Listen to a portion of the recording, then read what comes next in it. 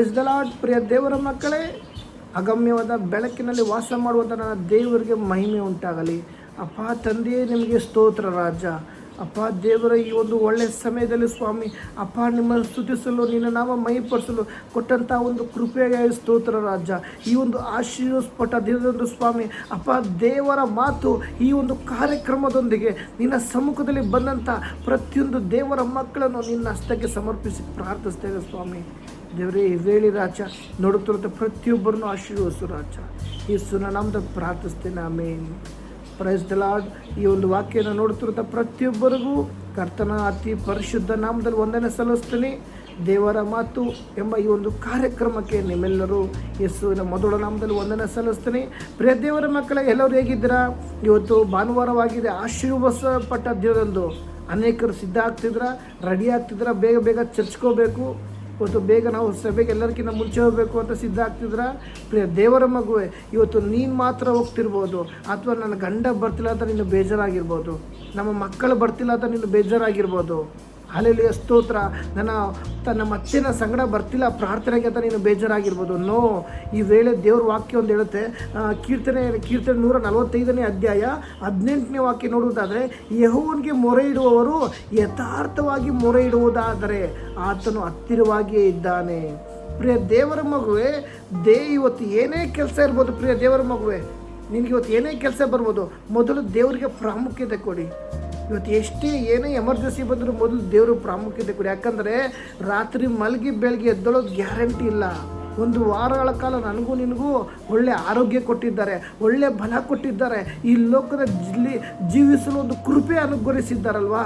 ಅದಕ್ಕಾಗಿ ದೇವರ ನಾಮಕ್ಕೆ ಮಹಿಮೆ ಉಂಟಾಗಲಿ. ಪ್ರಿಯ ದೇವರ ಮಗುವೆ, ಇವತ್ತು ನೀನು ವೇದನೆಯಲ್ಲಿ, ದುಃಖದಲ್ಲಿ, ನನ್ನ ಗಂಡ ಬರ್ತಿಲ್ಲ, ನನ್ನ ಸಂಗಡ ಪ್ರಾರ್ಥನೆಗೆ, ನನ್ನ ಮತ್ತೆ ನನ್ನ ಜೊತೆ ಪ್ರಾರ್ಥನೆಗೆ ಬರ್ತಿಲ್ಲ, ನನ್ನ ಮಕ್ಕಳು ಪ್ರಾರ್ಥನೆಗೆ ಬರ್ತಿಲ್ಲ, ನೀವು ಒಬ್ಬಂಟಿಗರಾಗಿರ್ಬೋದು. ಇವತ್ತು ನೀನು ಯಥಾರ್ಥವಾಗಿ ಪ್ರಾರ್ಥಿಸುವುದೇ ಆದರೆ ನಿನ್ನ ಪ್ರಾರ್ಥನೆಯನ್ನು ಕೇಳಿ, ನಿನ್ನ ಗೋಳಾಟವನ್ನು ಕೇಳಿ, ನಿನ್ನ ವೇದನೆಯನ್ನು ಕೇಳಿ ನನ್ನ ದೇವರು ಮರುತ್ತರವನ್ನು ಕೊಡುವಾತನಾಗಿದ್ದಾನೆ. ಎಸ್, ಈ ಒಂದು ದಿನದಲ್ಲಿ ಪ್ರಿಯ ದೇವರ ಮಗುವೆ, ಈ ಒಂದು ದೇವರ ಮಾತು, ಈ ಒಂದು ಕಾರ್ಯಕ್ರಮದವನ್ನು ವೀಕ್ಷಿಸುತ್ತಿರುವಂಥ ಪ್ರತಿಯೊಬ್ಬರು ಇವತ್ತು ನಿಮಗೆ ಕೊಡಲ್ಪಟ್ಟ ಒಂದು ಸಭೆಗೆ ಏನೇ ಕೆಲಸ ಇದ್ರೂ ಸಹ ಮೊದಲು ದೇವರಿಗೆ ಪ್ರಾಮುಖ್ಯತೆ ಕೊಟ್ಟು ಇವತ್ತು ಬೇಗ ಸಭೆಗೆ ಹೋಗಿ. ನಿಮಗೋಸ್ಕರ ನನ್ನ ದೇವರು ಕಾಯ್ತಾ ಇರ್ತಾರೆ. ನನ್ನ ಮಗಳು, ನನ್ನ ಮಗ ಬರ್ತಾರೆ, ಇವತ್ತು ನನ್ನನ್ನು ಆರಾಧಿಸ್ತಾರೆ.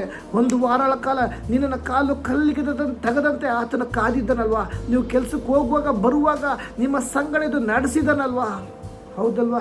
ದೇವರು ಮಾಡೋದು ಉಪಕಾರಕ್ಕಾಗಿ ಎಷ್ಟು ಸ್ತೋತ್ರ ಸಲ್ಲಿಸುವುದು ಅದು ಅಸಾಧ್ಯ. ಪ್ರಿಯ ದೇವರ ಮಗುವೆ, ಇವತ್ತು ಏನೇ ಕೆಲಸ ಇದ್ದರೂ ಮೊದಲು ಸಿದ್ಧವಾಗಿ ನಮ್ಮ ಯಜಮಾನರು ಬರ್ತಾ ಇಲ್ಲ, ನಮ್ಮ ಅತ್ತೆ ಬರ್ತಾ ಇಲ್ಲ, ಮೊದಲು ದೇವರ ಸನ್ನಿಧಿಗೆ ಹೋಗಿ ನೀವು ಪ್ರಾರ್ಥನೆ ಮಾಡಿರಿ. ನಿಮ್ಮ ಪ್ರಾರ್ಥನೆ ಮಾಡುವುದೇ ಆದರೆ ನಿನ್ನ ಪ್ರಾರ್ಥನೆ ಕೇಳಿ ನಿಮ್ಮ ಬೇಡುವಂಥ ವಿಷಯದಲ್ಲಿ ಮರುತ್ತರ ಕೊಡುವಾತನಾಗಿದ್ದಾನೆ.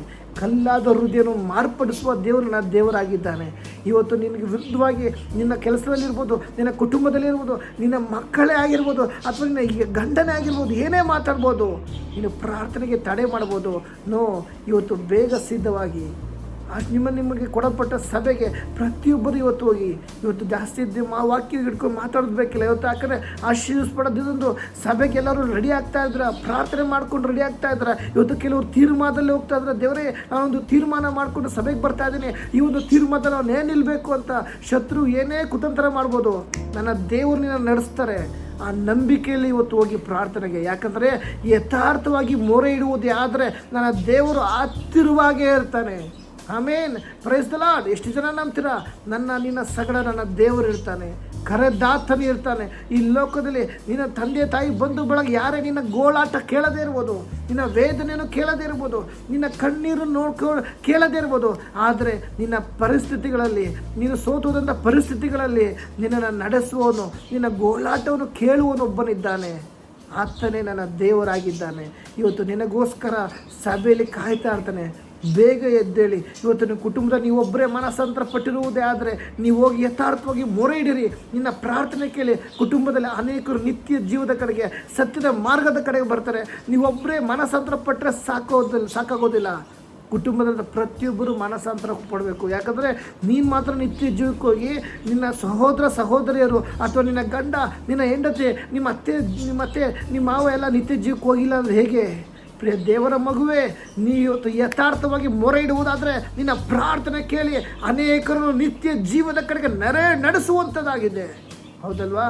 ಅದಕ್ಕಾಗಿ ಇವತ್ತು ಜಾಸ್ತಿ ನಾವು ಮಾತಾಡೋದು ಬೇಕಿಲ್ಲ.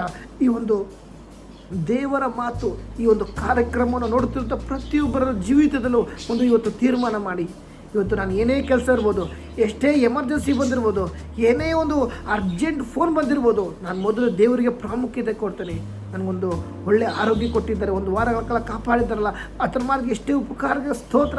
ಆತನ ಮಾಡಿದ ಉಪಕಾರ ನೆನೆಸುವುದಾದರೆ ನಾವು ಎಷ್ಟು ಕೃತಜ್ಞತೆ ಸಲ್ಲಿಸುವುದು ಅಸಾಧ್ಯ.